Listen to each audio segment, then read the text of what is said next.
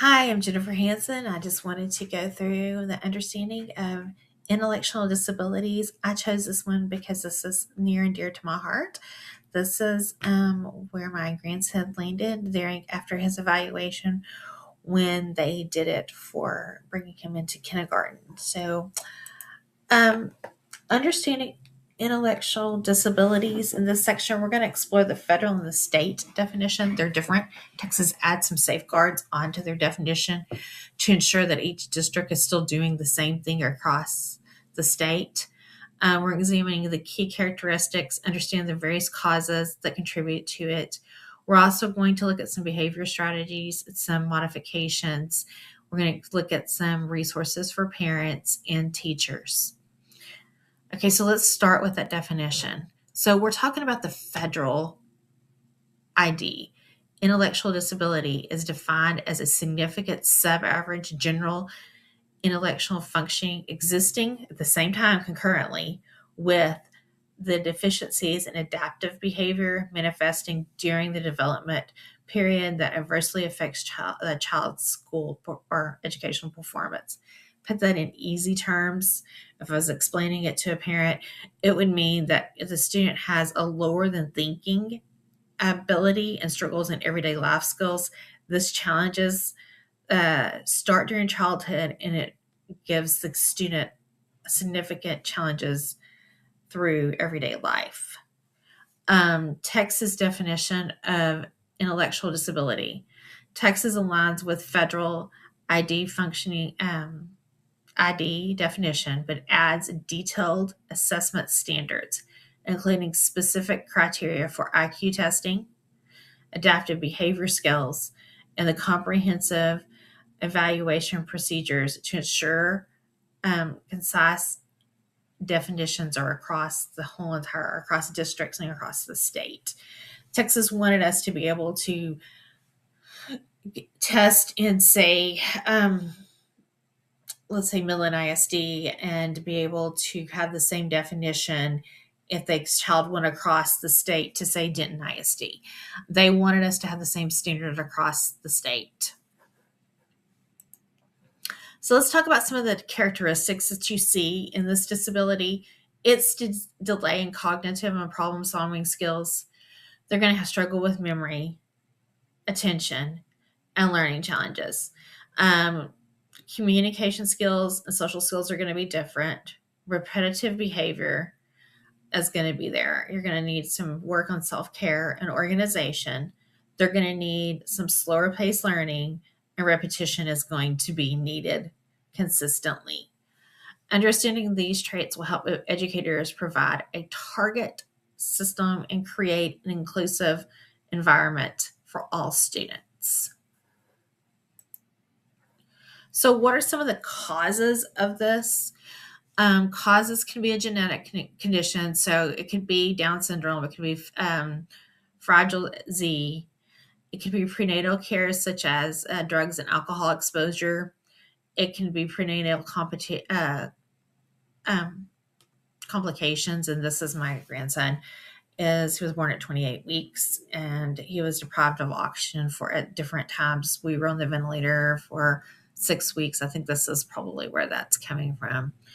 The environmental factors are can also contribute to it, to malnutrition, poverty, not being able to actually feed a child well, and early childhood injuries also contribute to intellectual disabilities.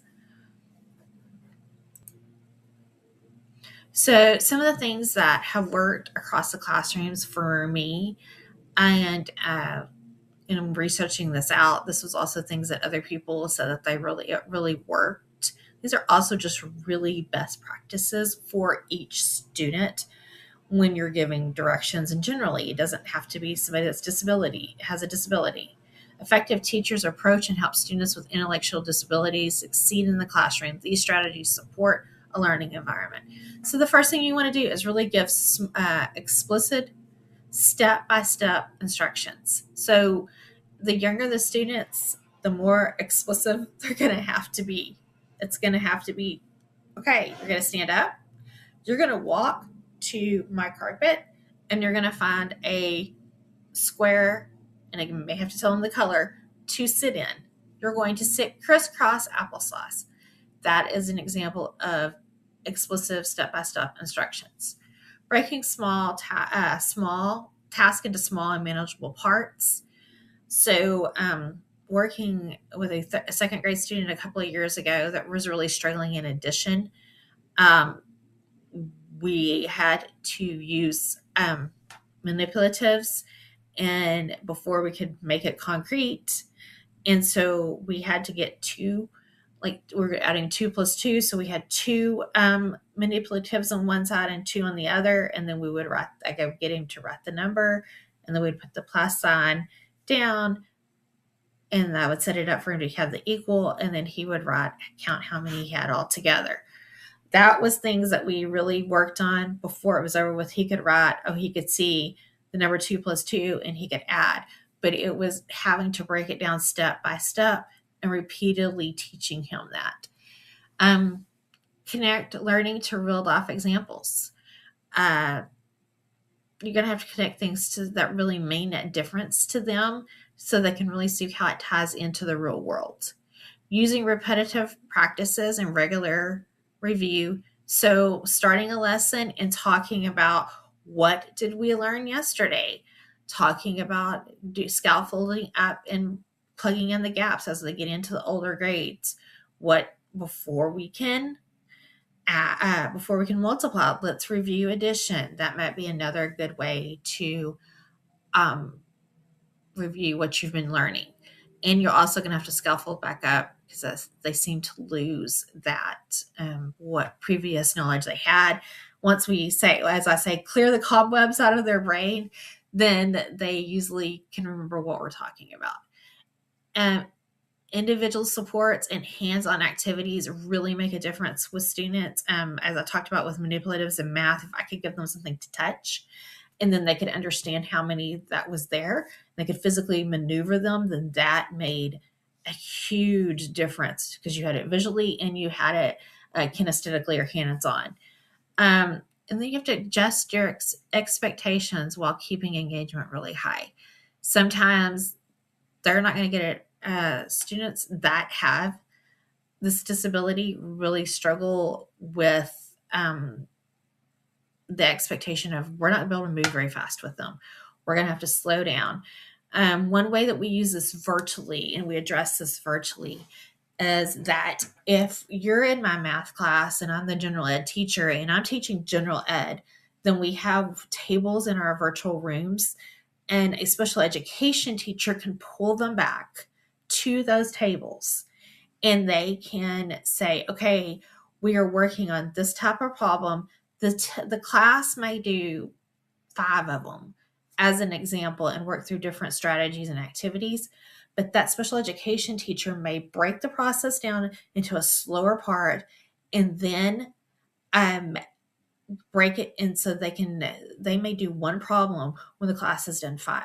That's a really good example of engagement because they're going to scaffold back up, but adjusting our expectations of that child and being able to meet them where they're at. That's what I always say about kids. We want to meet them where they're at and pull them where they need to be. So let's talk about behavior strategies. There are constant routines and clear expectations have to be given. Constant how the classroom, they don't do well when we change it to a shorter bell schedule, if we skip a special, if we don't do a recess at the same time, they don't like that. That constant routine is something that is an absolute must for students that have intellectual disability. Positive reinforcement. They love dojo. They love being able to see that they're doing well. They love being told, good job. I love what you're doing. They usually are aiming to please, and the more praise you pour on them, the better they do. You're going to have to teach some social skills there. Good example is last year, as my grandson wanted to hit, and we had to explain to him that we don't hit friends, and it had to be taught over and over. Frequent feedback and encouragement. Um, Telling them how we could do things different, but encouraging them to keep going, and so they don't just shut down. Collaborative support with support staff. So an IEP may read that a student needs individualized instruction or needs support from a para for 30 minutes in a classroom per subject. So that person becomes very important to that child, and they know how to help engage them, how what their modifications and their accommodations should be.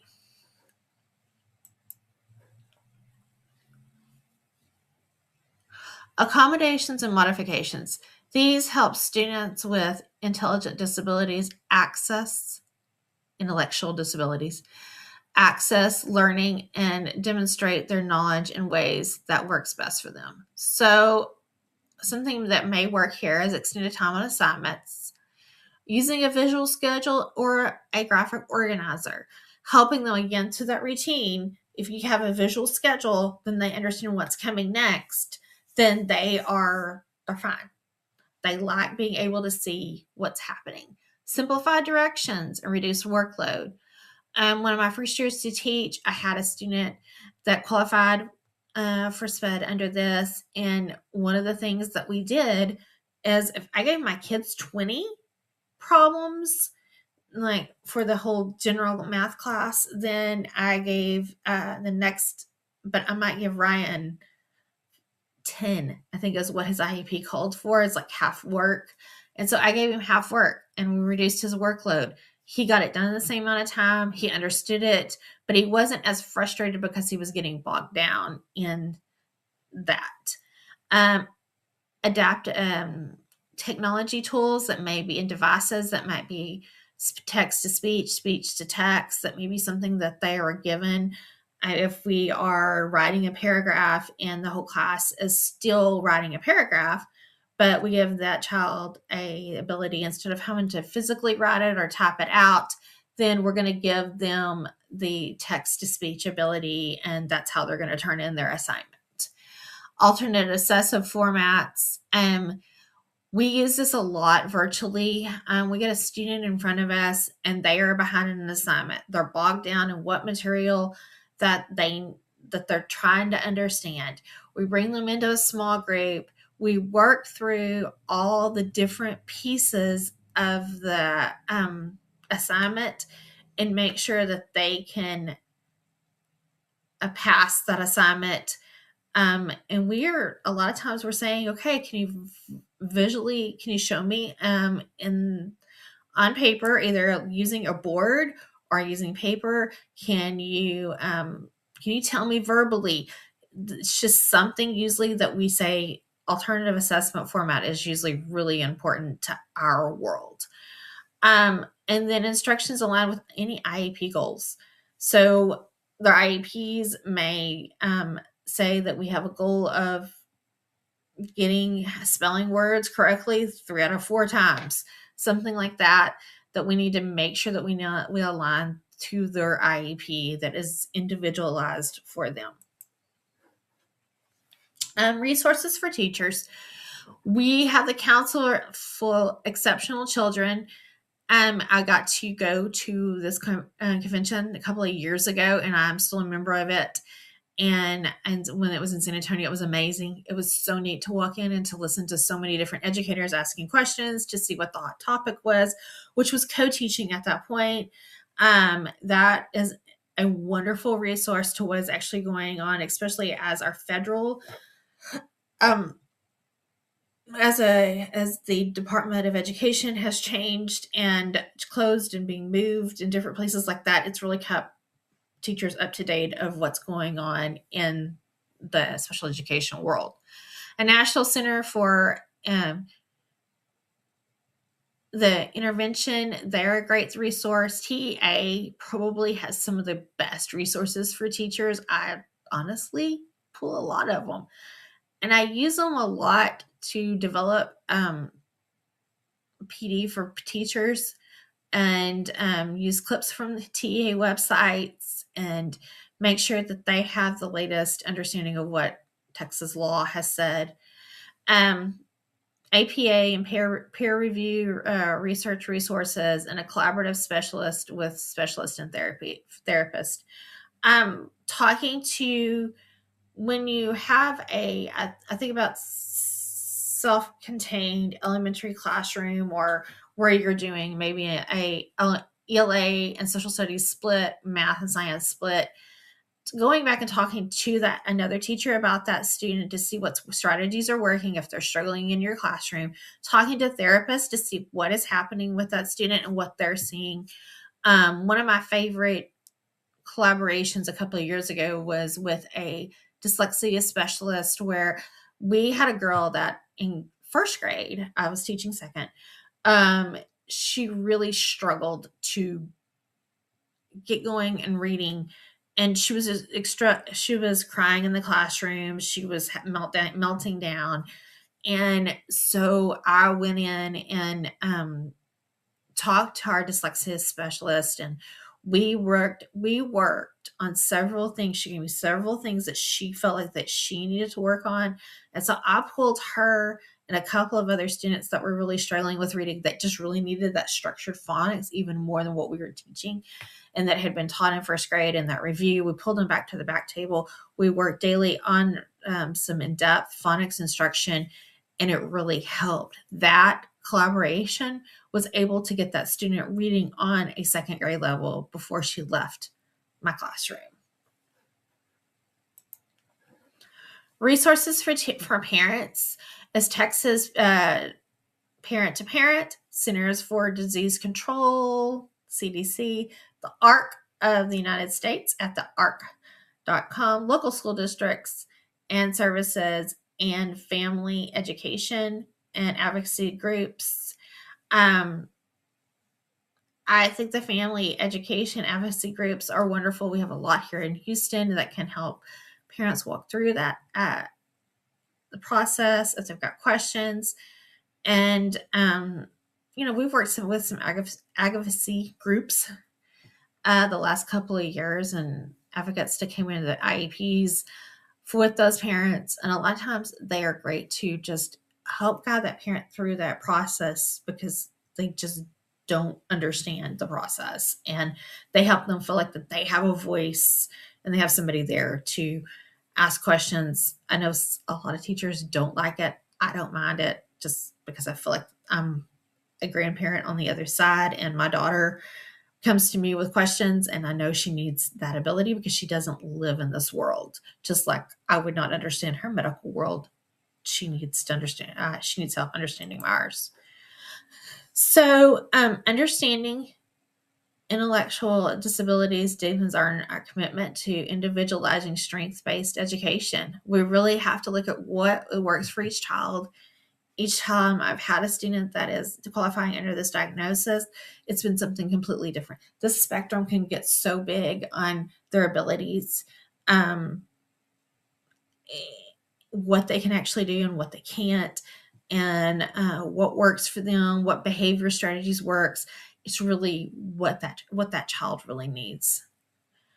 This journey has reinforced the importance of clarity and definitions and individualized instruction tailored to each learner, meaning collaboration with families, creating a truly inclusive learning environment for all students. It's one of the things that I love about virtual education, is that a lot of times my parents are close, especially my special education parents. They're hearing what's going on in the classroom. They can help facilitate what needs to happen. And we have a very close working relationship with those parents. That really helps bring up our true collaboration with parents. All right. So if I was giving it to a family, thank you. If we have any questions, then please let me know. You've had a great day.